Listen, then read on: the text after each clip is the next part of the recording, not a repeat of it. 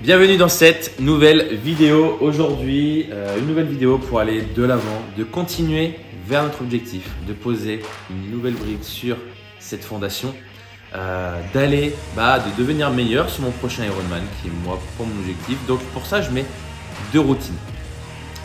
Aujourd'hui, je vais vous présenter cette première routine, c'est quand je démarre un tout petit peu plus tard. Donc là, je me lève aux alentours de 6h, 6h15. Je prends un café, je prends un verre d'eau et je vais courir. La deuxième routine, je vous la présenterai plus tard dans une prochaine vidéo quand j'ai aussi très peu de temps.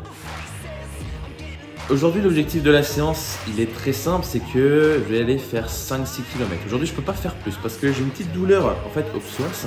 Donc, je suis pris en main par un kiné.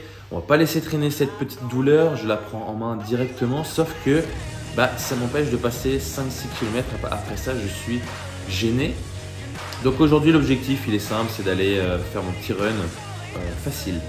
Run facile, je me base sur ma fréquence cardiaque qui est de 130-140 BPM. Donc c'est une allure qui me permet, entre guillemets, de pouvoir parler avec une personne si je cours avec une personne. Donc, let's go!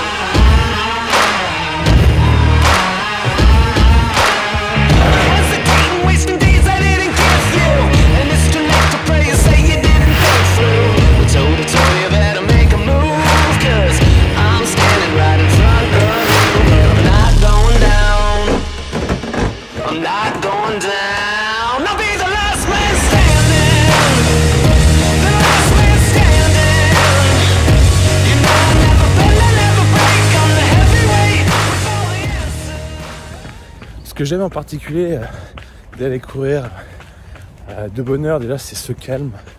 Quand tu démarres la journée, tu vois les gens se lever au fur et à mesure. Il n'y a pas à dire, il y a cette énergie que tu vas avoir aussi à la journée. C'est pas toujours évident de se lever, je peux le reconnaître. D'aller courir, qu'il pleuve, qu'il fasse froid, parce qu'on rentre en hiver, c'est même Halloween. Sans tarder, les jours vont se raccourcir, mais après aussi c'est difficile de tout caser dans une journée. Quand on n'a pas le choix, c'est de se lever et de faire les choses. Mais aujourd'hui, donc, ce que j'avais vraiment envie de parler, c'était comment éviter donc l'épuisement entre ta vie professionnelle combinée à ta vie personnelle et sportive. On va voir ça tout de suite. Déjà, la première chose que vous devez vous demander, je suis passé par là à plusieurs reprises et à ne pas m'écouter, à m'épuiser, alors que ce n'est pas forcément nécessaire. Vous posez honnêtement, vous demandez, creusez profondément et vous demandez et être réaliste avec vous-même. Est-ce que vous êtes réellement épuisé? Il y a une différence entre l'épuisement physique et mental et on en reparlera plus tard dans la vidéo. Mais la question, êtes-vous épuisé ou sous-stimulé? Voici le problème lorsque vous entrez dans un bloc de travail. Si tu t'ennuies dans ta planification, tu ne tiendras pas. Une planification devient répétitive. On parcourt les kilomètres chaque semaine, on soulève chaque semaine, on augmente notre tonnage chaque semaine et ça de manière cohérente. Chaque semaine, vous posez une brique par une brique sur cette fondation. Et c'est ça qui est important. Et que se passe-t-il lorsque vous entrez dans un bloc d'entraînement? Est-ce que tu es dans cette putain d'envie de tout dégommer à chaque entraînement à travers toi-même? Est-ce que vous vous réveillez chaque jour pour vous en occuper et jour après jour, cette envie ne fait qu'augmenter?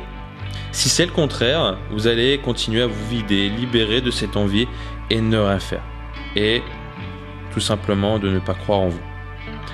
C'est là que la discipline doit être, ou la cohérence doit apparaître. C'est jour après jour, entraînement après entraînement, la forme physique s'installera avec le temps, crois-moi. Ne te laisse pas avoir par cette voix qui te dit que tu n'es pas capable des choses. Bien au contraire, sois patient et ce sera à ton tour. Et je reviens à ma première question, voire même interrogation. Demandez-vous réellement si vous êtes épuisé. Est-ce que vous avez besoin de repos? Avez-vous besoin d'une semaine de deload, donc une semaine de décharge? Avez-vous besoin d'une sorte d'épiphanie pour vous réveiller? Êtes-vous sous-stimulé? Après, je vais être honnête avec vous, c'est vrai qu'il est facile de croire ou de se mentir à soi-même et de croire justement à son épuisement alors que on ne l'est pas forcément. Et justement, est-ce que on parlerait pas de discipline? Parce que pour moi, la discipline, c'est pas juste voilà, se lever tôt, mettre les godasses, aller courir, aller transpirer. Pour moi, c'est plus que ça. Pour moi, la discipline, c'est de rendre les choses difficiles faciles, de le faire tous les jours d'une manière cohérente et de faire ce qui est bien pour vous et de faire ce qui est bien pour vous. Justement, si je prends un exemple de discipline, c'est imaginons toi aujourd'hui ton objectif c'est si vous ne me verrez plus, votre objectif c'est de diminuer votre consommation de soda et que vous laissez cette bouteille justement dans votre champ de vision, dans le frigo, que vous prenez pas cette discipline, cette manière de faire, de déplacer juste cette bouteille un peu plus haut ou plus bas ou sur le côté pour éviter qu'elle soit dans votre champ de vision. Ça pour moi par exemple, on parlerait un manque de discipline. On attaque l'épisode 2.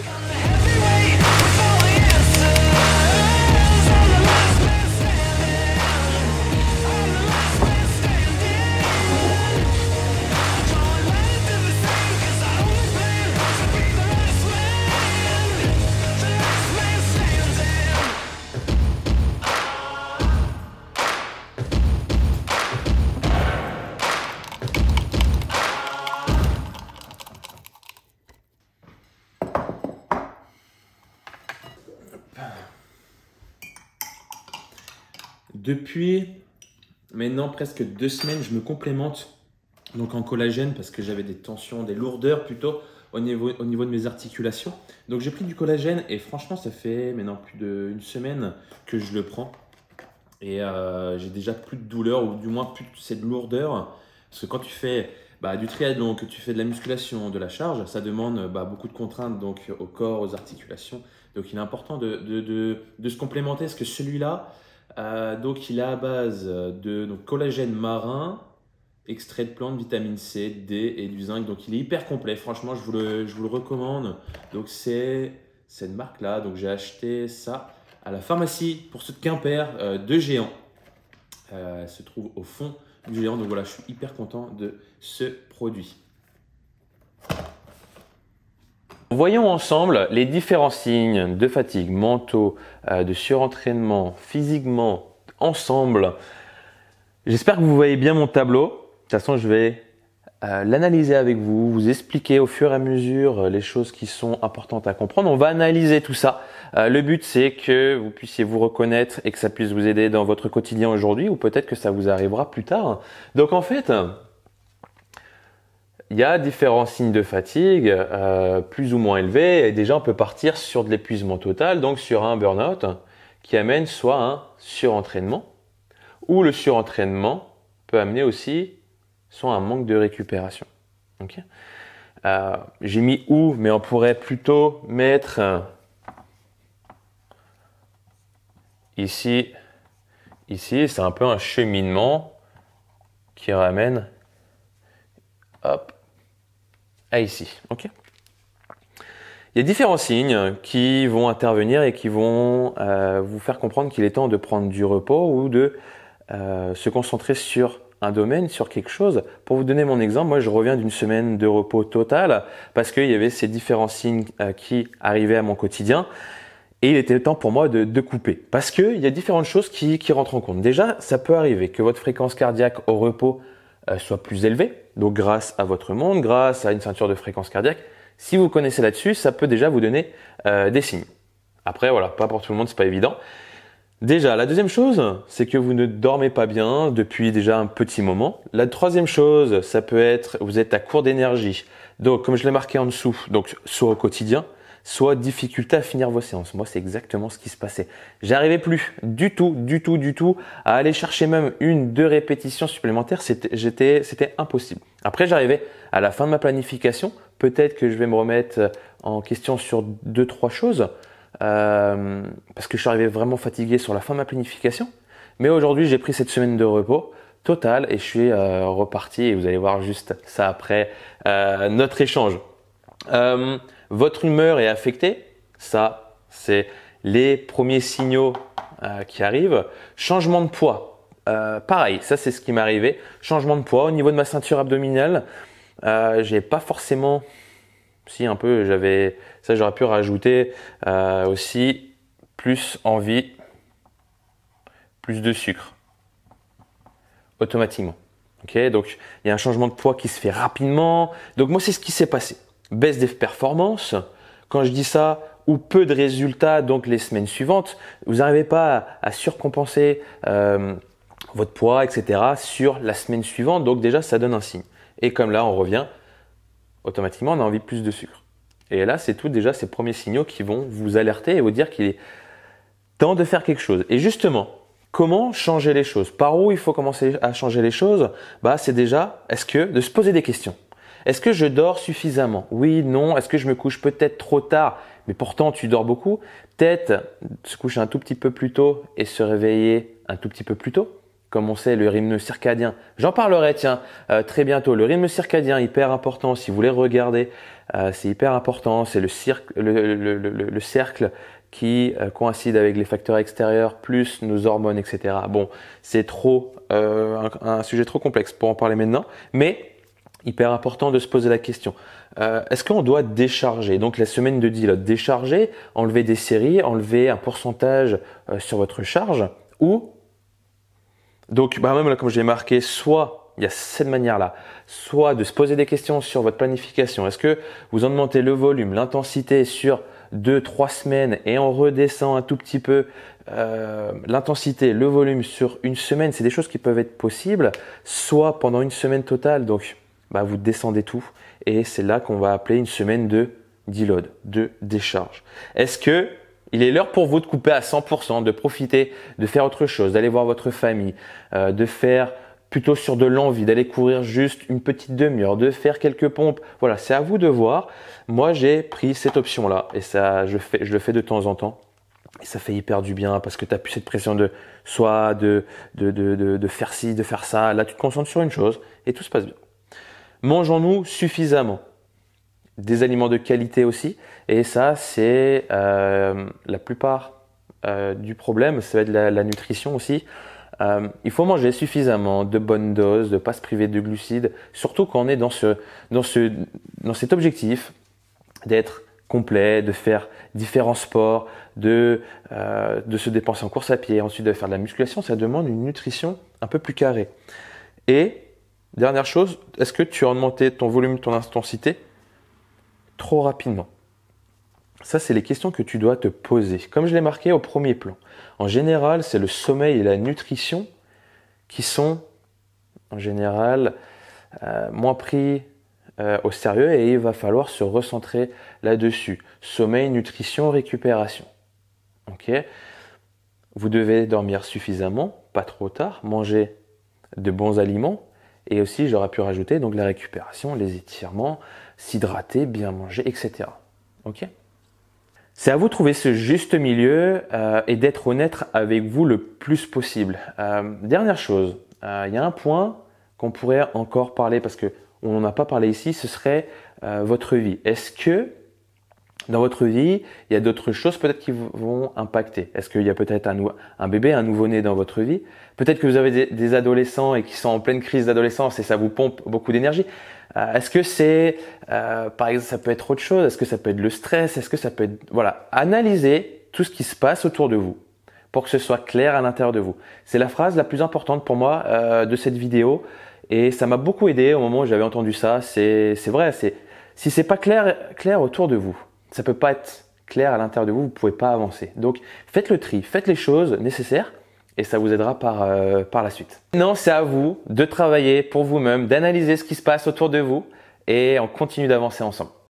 Petite parenthèse, Avant de passer sur la partie motivation, sur ma séance de musculation, fin du mois, je lance mon tout nouveau programme Athlète Hybride sous une application. Je t'offre donc toutes mes planifications sur 3 mois et ça sort d'ici quelques jours. À savoir que pour les 20 premières personnes, le prix sera 14,99 € et après ça passera à 19,99 €. Ce programme va t'aider à combiner la musculation et la course à pied tout en augmentant ta force. Le but de ce programme est très simple, c'est de t'aider donc à devenir un athlète complet, de te sculpter, de tonifier, augmenter ta force, de devenir plus endurant et à la fin de tout ça, tu seras capable de faire un 10 km pour le programme débutant ou un 21 km, d'améliorer tes performances à la fin de ces 3 mois pour les intermédiaires.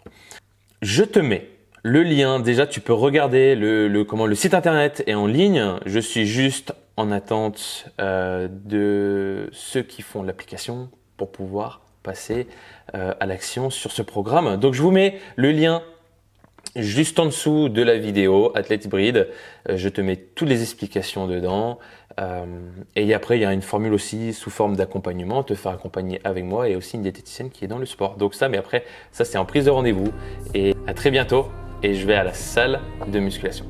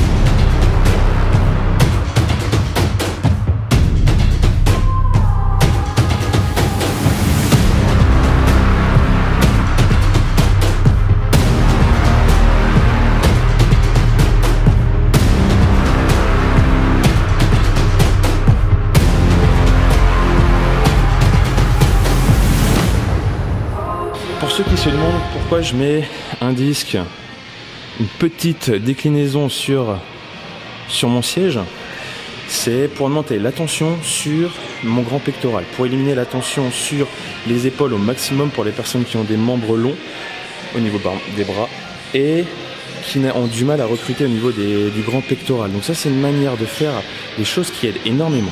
Plus tu auras des membres courts, plus tu as de grandes chances de réussir à donner de la tension sur ton grand pectoral. Donc ça c'est une manière de faire les choses.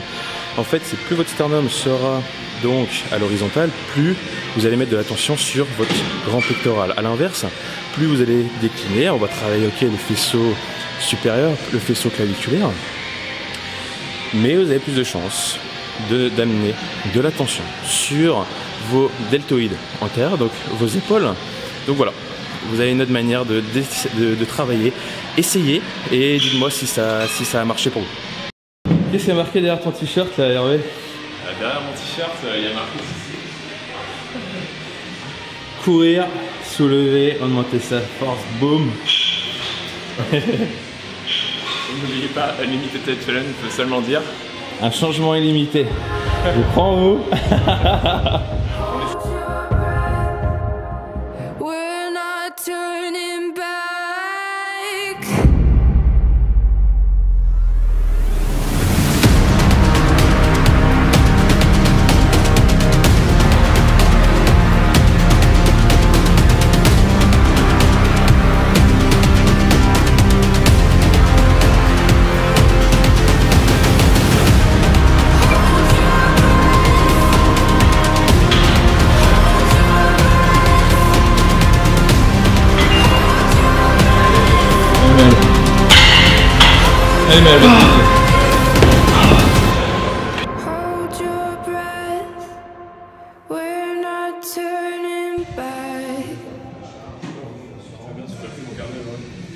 Ouais, c'est important. J'arrive même plus à écrire.